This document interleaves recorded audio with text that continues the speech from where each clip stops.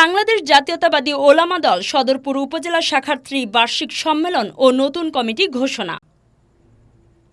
বাংলাদেশ জাতীয়তাবাদী ওলামা দল সদরপুর উপজেলা শাখার ত্রিবার্ষিক সম্মেলন 2025 অনুষ্ঠিত হয়েছে এক জমকালো ও সুশৃঙ্খল পরিবেশে। রবিবার 6 জুলাই বিকাল 4 ঘটিকায় সদরপুর রাজিয়া সিনেমা হলের তৃতীয় তলায় এ সম্মেলন অনুষ্ঠিত হয়। এতে দলীয় নেতাকর্মীদের বিপুল উপস্থিতি ও উৎসাহ উদ্দীপনা লক্ষ্য করা গেছে। অনুষ্ঠানে প্রধান অতিথি হিসেবে উপস্থিত ছিলেন বাংলাদেশ জাতীয়তাবাদী কৃষক দলের সাধারণ সম্পাদক শহীদুল ইসলাম খান বাবুল। তিনি বলেন, দেশের চলমান রাজনৈতিক সংকট নিরসনে ওলামা সমাজের ভূমিকা অত্যন্ত গুরুত্বপূর্ণ। নৈতিকতা ও আদর্শিক ভিত্তিতে রাজনীতিকে শক্তিশালী করতেই ওলামা দল কাজ করছে। বিশেষ অতিথি হিসেবে বক্তব্য রাখেন সদরপুর উপজেলা বিএনপির আহ্বায়ক কাজী বদরুজ্জামান বদু, সদস্য সচিব তরিকুল ইসলাম কবির মোল্লা।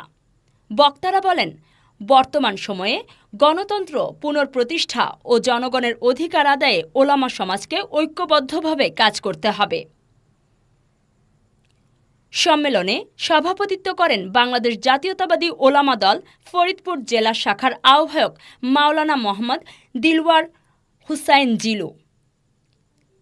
তিনি তার বক্তব্যে বলেন, ত্রিবার্ষিক সম্মেলনের মাধ্যমে সংগঠনকে আরও গতিশীল ও শক্তিশালী করে তোলা হবে। অনুষ্ঠানটি সঞ্চালনা করেন ফরিদপুর জেলা ওলামা দলের সদস্য সচিব মাওলানা মোহাম্মদ সিরাজুল ইসলাম। সম্মেলনে আরও বক্তব্য রাখেন সদরপুর উপজেলা বিএনপির সাবেক সভাপতি গোলাম রব্বানী, সাবেক ভাঙ্গা উপজেলা বিএনপির সভাপতি খন্দকার ইকবাল হোসেন সেলিম, ফরিদপুর জেলা ছাত্রদলের সাধারণ সম্পাদক তানজিমুল হাসান কায়েস, সদরপুর উপজেলা বিএনপির যুগ্ম আহ্বায়ক KM আবু সাইদ, মোহাম্মদ রফিকুল ইসলাম ফকির, কাজী আব্দুল হান্নান, মাওলানা আবু হানিফ নোমান, মাওলানা মোকাদ্দেস, মাওলানা রুহুল আমিন মোল্লা, কারি আক্কাস আলী, মাওলানা এমদাদুল হক। সম্মেলন শেষে বাংলাদেশ জাতীয়তাবাদী ওলামা দলের নতুন কমিটির নাম ঘোষণা করা হয়। কমিটিতে মাওলানা আবু হানিফ নোমানকে সভাপতি, কাজী আব্দুল হান্নানকে সাধারণ সম্পাদক, মোহাম্মদ রফিকুল ইসলাম ফকিরকে সিনিয়র সহ সভাপতি ও মাওলানা রুহুল আমিন মোল্লাকে সাংগঠনিক সম্পাদক ঘোষণা করা হয় এবং সকল নেতাকর্মীদের ঐক্যবদ্ধভাবে কাজ করার আহ্বান জানানো হয়। আল্লাহ রাব্বুল আলামিন বুখারী শরীফে পরিষ্কার করে বলে দিয়েছে, যে ব্যক্তি আমার কোন ওলির সাথে শত্রুতা করলো, আমি তার বিরুদ্ধে যুদ্ধ ঘোষণা করলাম। জানতার কথা। আবার এটাও বলেছে, ওই ব্যক্তি আমার আদর্শের উপরে নেই, আমার আদর্শের মধ্যে নেই, যে বড়দের সম্মান করে না, ছোটদের ইজ্জত স্নেহ করে না, আর আলেম ওলামাকে তার প্রাপ্য মর্যাদা দেয় না, সে আমার আদর্শের উপরে নেই। তার মানে কি, আলেমের সম্মান কত উপরে, তাই না? এই আলেমরা সমাজের দিকদর্শক তৈরি করে, মানুষের মধ্যে জনমত তৈরি করে। একজন, আমি জানি না একটা নিশ্চিত হাদিস কিনা, একজন হাফেজের 14 জনকে ভেস্তে নিতে পারে, আমি জানি না, তবে কথিত আছে, আমি শুনেছি। এই বিষয়ে আমি নিশ্চয় করে বলতে পারবো না, আলেম ওলামা যারা তারা বলতে পারবেন। যাই হোক, সেটা বলছি না, আমি বলছি যে আলেমদের মর্যাদা, হ্যাঁ, একজন দিনী আলেম, সত্যিকারে আলেম, তিনি একটা আলোক পত্রিকার সমান সমাজে, তাকে মানুষ মান্য করবে, তাদেরকে গণ্য করবে, তার কথা শুনবে। একটা রাজনীতিবিদের কথা না তৈরি করে এরকম আলেমও কিন্তু আছে।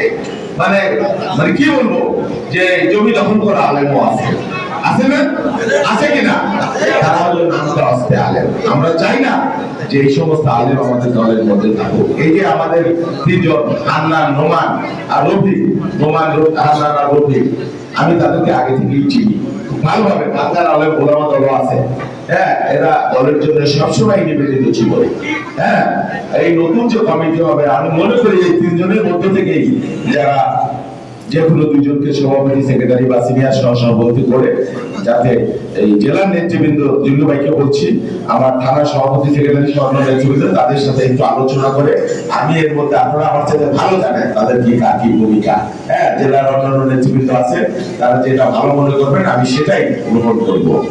তো যাই হোক, আলেমদের কথা এই জন্য বলছি যে আজকে জাতীয়তাবাদী আমাদের রাষ্ট্রপতি প্রতিষ্ঠাতা শহীদ রাষ্ট্রপতি জিয়াউর রহমান, কেউ কেউ বলে থাকে যে তিনি একজন আল্লাহর ওলির মতো ছিলেন। আমি জানি না এই কথা বললে বাড়াবাড়ি হয়ে যাবে কিনা, তবে জিয়াউর রহমান যেখানে হাত দিয়েছেন এতটুকু জীবন 3.5 বছর শাসন ক্ষমতায় ছিলেন, আমাদের যে বয়সে 10 বছর আগে যুদ্ধ জয় করে দেশ স্বাধীন করে বাংলাদেশকে দুর্ভিক্ষের হাত থেকে রক্ষা করে কত বিপ্লব করে চলে গেছে বলেন।